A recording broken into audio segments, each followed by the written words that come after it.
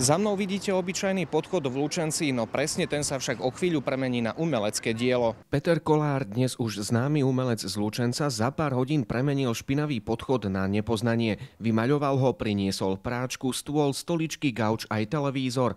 Teraz tu bude žiť. Rozhodol som sa upozorniť na problém sociálne znevýhodnených ľudí, najmä bezdomovcov. A to svojím vlastným umeleckým videním. Obývačku vlastne vysťahoval na ulicu a tak sa pokúsil spojiť dva rôzne svety. Prvý prezentuje skutočnosť, tú reálnu vec, a ten druhý gauč ako také pohodlie domova. Presne to pohodlie domova bezdomovcom chýba, sú súčasťou projektu a tak boli prizvaní aj oni. Na večeru žiaľ neprišiel ani jeden. Bolo to menšie sklamanie, napriek tomu si však Peťo ako bezdomovec ľahol s veľmi pozitívnymi myšlienkami. Urobilo to ľuďom radosť. To ma najviac teší. Na druhý deň ráno však ľudia nepotešili Petra. Televízor totiž niekto ukradol, aj keď Peťo spal tesne pri ňom.